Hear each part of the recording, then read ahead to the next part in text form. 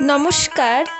আজকে শুভ পৌষ পার্বণ তথা মকর সংক্রান্তি বা পৌষ সংক্রান্তি উপলক্ষে মা বানালো 2 রকমের স্পেশাল পিঠে।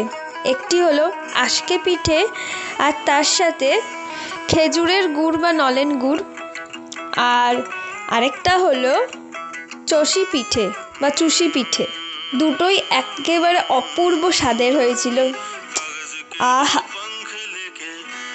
चला जाए रे जहाँ नहीं जाना था ये वहीं चला हाय रे उम्र का ये ताना बाना समझ न पाए रे जुबां पे जो मोह माया नमक लगाए रे के देखे न भाले न जाने न दाए रे দিশাহারা কেমন বোকা মনটা রে। ধন্যবাদ।